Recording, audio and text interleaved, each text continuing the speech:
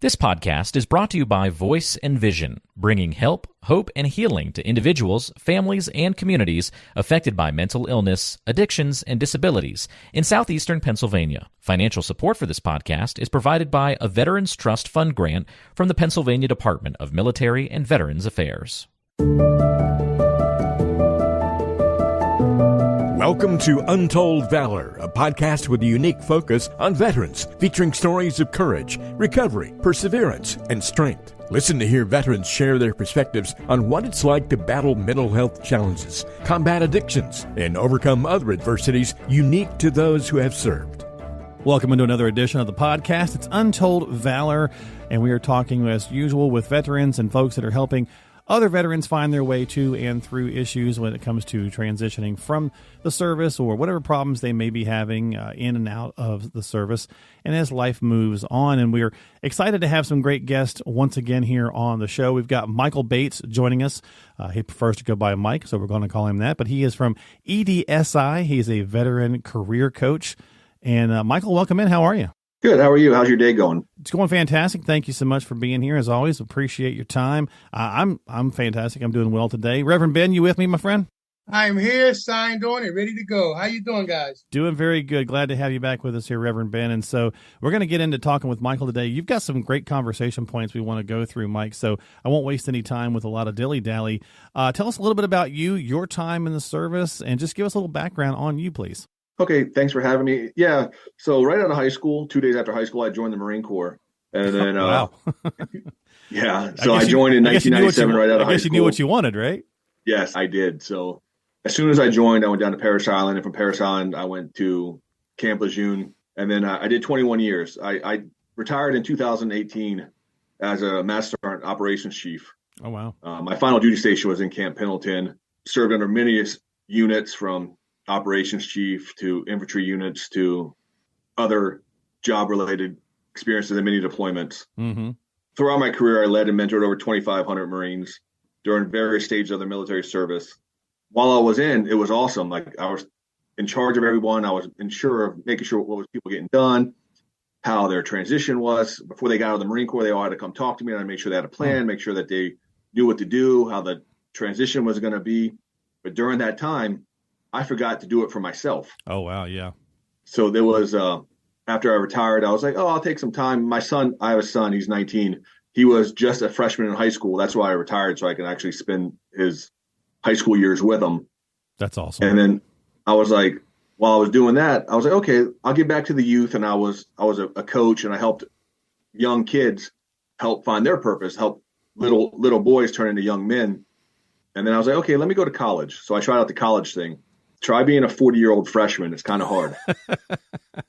Yeah. It's not quite as silly or cutesy as they do it in the movies when they do those kinds of things, right? Yeah, it exactly wasn't like that one. Like when I'm giving a class and they're like, oh, tell us about your first car. I'm like, oh, it was in 1992. And my professor was like, oh, I wasn't even born yet. I was like, okay. Yeah, that's interesting. So you were struggling to figure out your own transition period after so much time in the service. Is that what got you into doing this, veteran career coaching? Yeah, so this is what happened. So it took me almost 2 years of learning on my own, like how to navigate the difficult and frustrating transition process. Mm-hmm. Like in my life, I lost that self-worth and the transformation. And then I ended up finding this veteran career program. Because when you're going through it, you don't realize like there's other people going through it. You think it's you by yourself. Right. So, and as veterans, we're proud people. We don't ask for help, but we think like keeping it all bottled in is showing courage and strength. Not knowing, actually asking for help shows more courage than holding it in. Very good point. So while I was in college, I ended up seeing this veteran transition program. I said, oh, let me check this out. And I finally learned the difficult transition and the feeling of rejection had nothing to do with me. It hadn't to do with my personality or my time in the service or what I gave back to the country. It came down to not knowing how to market myself, not knowing how to turn my skills that I did for 21 years. I mean, it doesn't matter if you did 2 years or 30 years, your regime, like you know what you're doing, you know your job, you know the ins and outs of it, mm-hmm. You know how to navigate through all that stuff. But when you're doing a resume, you think you're putting not enough information and come to find out you're putting too much information. Wow. Okay. After completing the veteran career course, I found out I wasn't alone. when I got other veterans with me and we're all talking about it, from they could have been 22 years old to me at that time, 42 years old, it was, oh, wow, like there is commonality. Like now we understand, like it's not one-sided. It's just the way we didn't understand or know how to do the transition part. Yeah. And so is that kind of what led you to where you're at now? So the EDSI as a veteran career coach, what does that stand for, by the way? So EDSI stands for Educational Data Assist Incorporated. It was like a godsend. So when I retired from the Marine Corps, like I said, I was in California. When my son graduated high school, my family lives in New Jersey and like upper Pennsylvania and Florida. So as soon as he graduated, I decided to come out to New Jersey. So I live in New Jersey right now. Mm-hmm. And I happened to be going through and I saw this post that says veteran career coach. I was like, holy cow, that is awesome. And reading what the job was as a veteran career coach, it was to help the transition of service members, help them do resumes, help them do interview skills, help them find jobs. It was like a calling from God. I was like, this is something I have to do.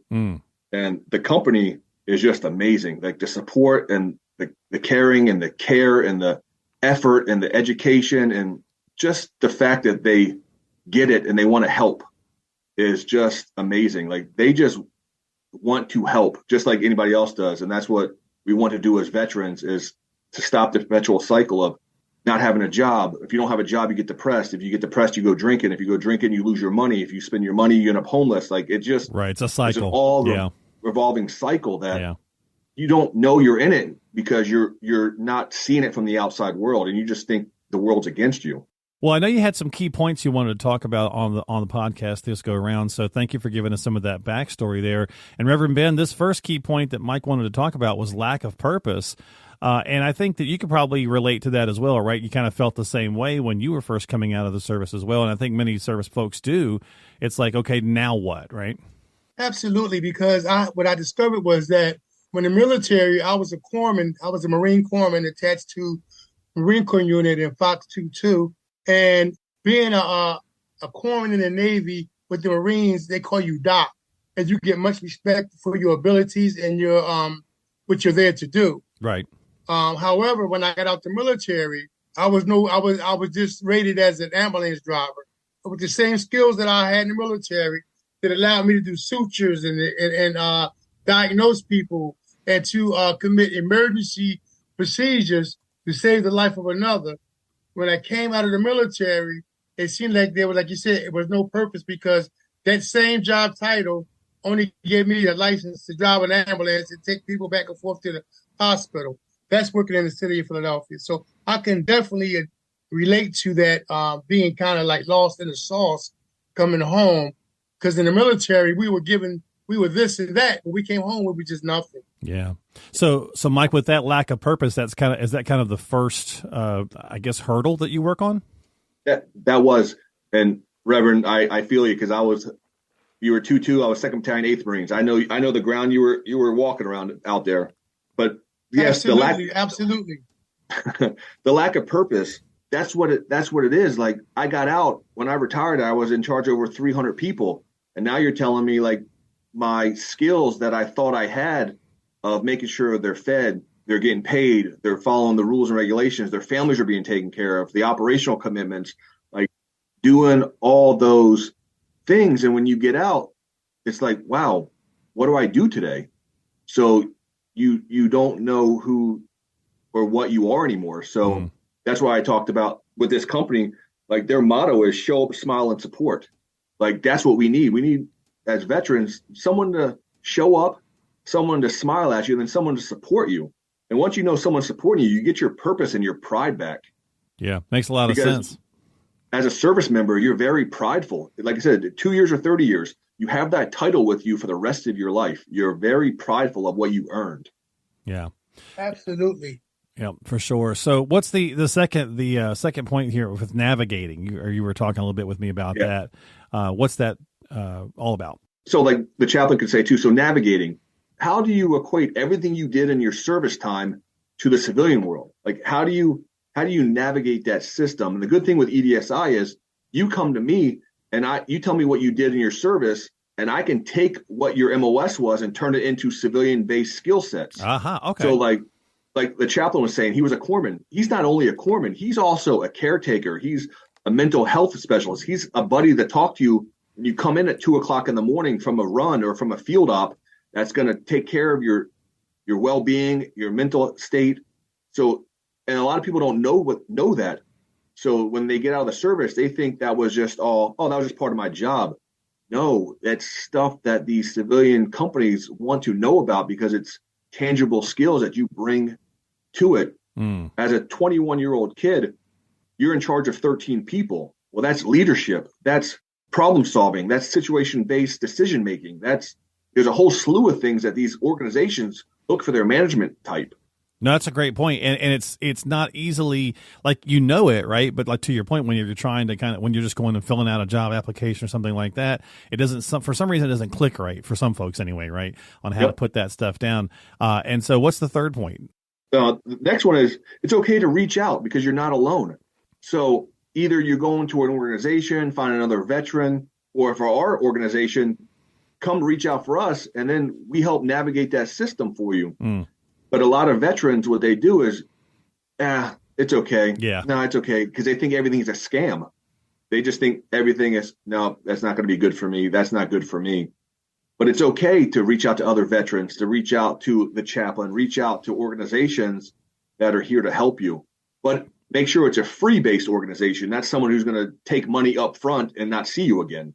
Yeah. I mean, and that's part of what we do right here on the podcast by sharing the information and what Valerie and Olga are doing with Voice and Vision Inc. It's the same kind of process, right? It's letting people know that there's resources and that it's okay to ask for help. But obviously that's, the hardest part a lot of times for humans anyway, but certainly for our servicemen and women as well. So share with us a little bit about the EDSI process. So the EDSI process for the veterans is they come in, we talk to them, and I just check to make sure they're a veteran.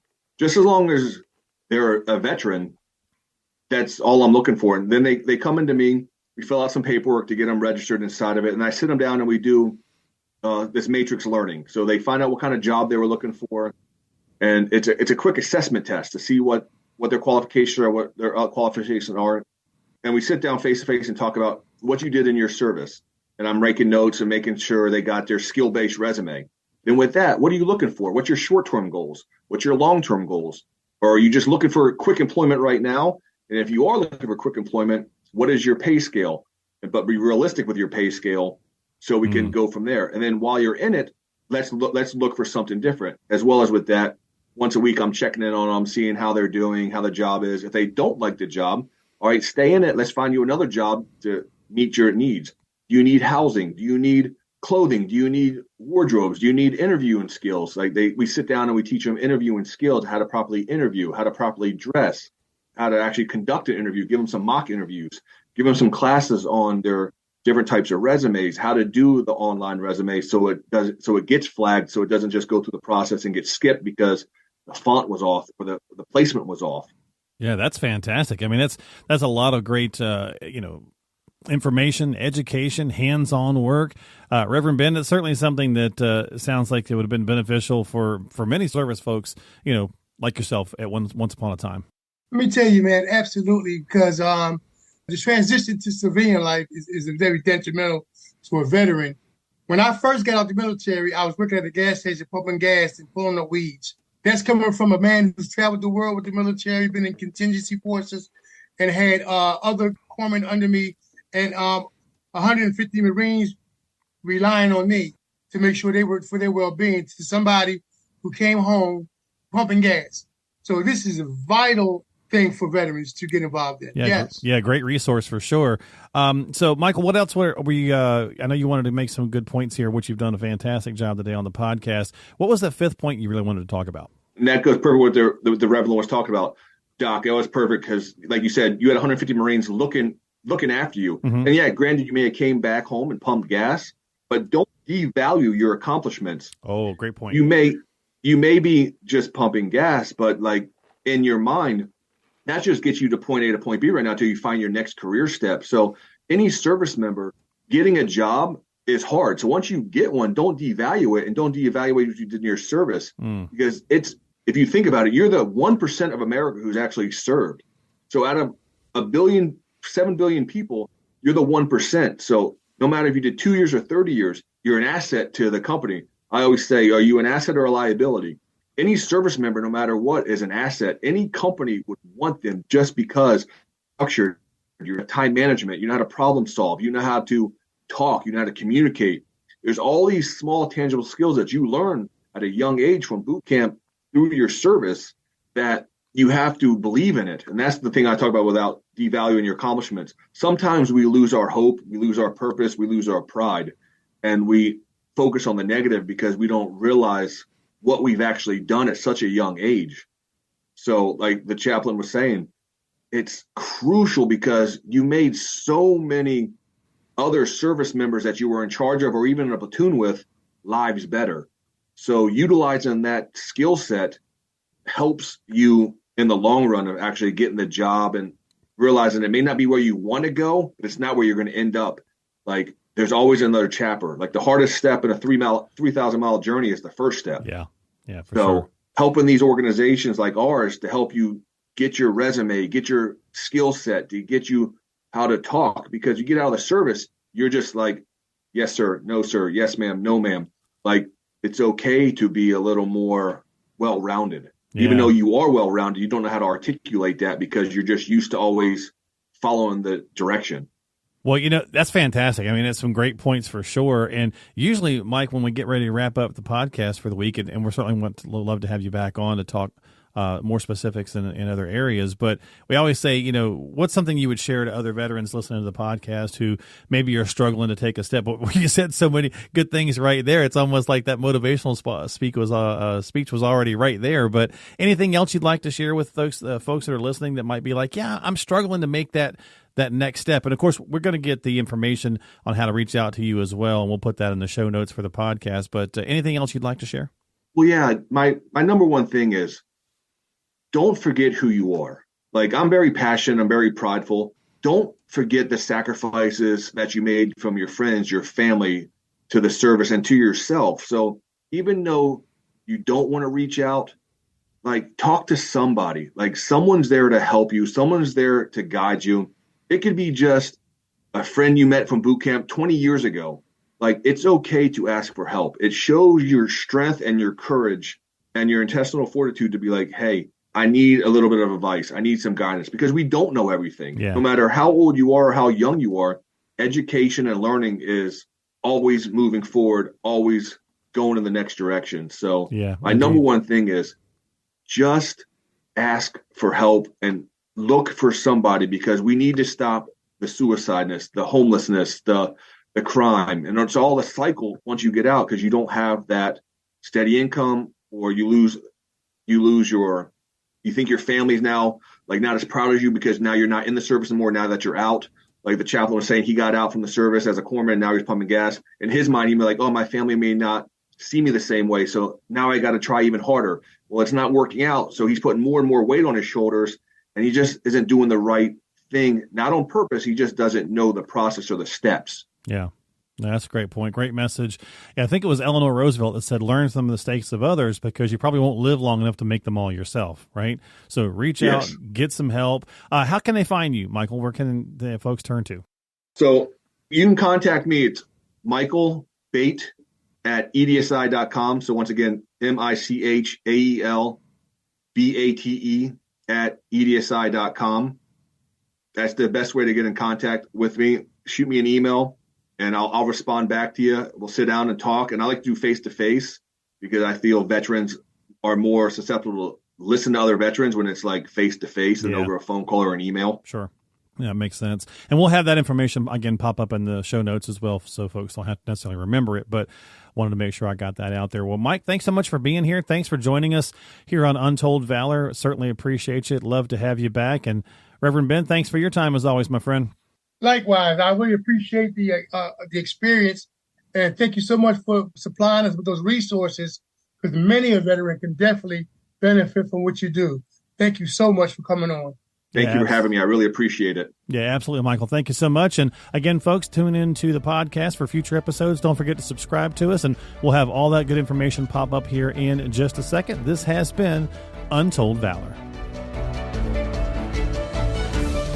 You've been listening to Untold Valor by Voice and Vision. We hope you found the information and resources discussed today helpful. As always, thank you for listening and for your support. Remember to stay connected with us through our various social media platforms, including Facebook, Instagram, and YouTube. Don't forget to visit the website, voiceandvisioninc.org. That's voiceandvisioninc.org, where you can sign up for our blog and find free resources and information on upcoming events, webinars, workshops, and get support.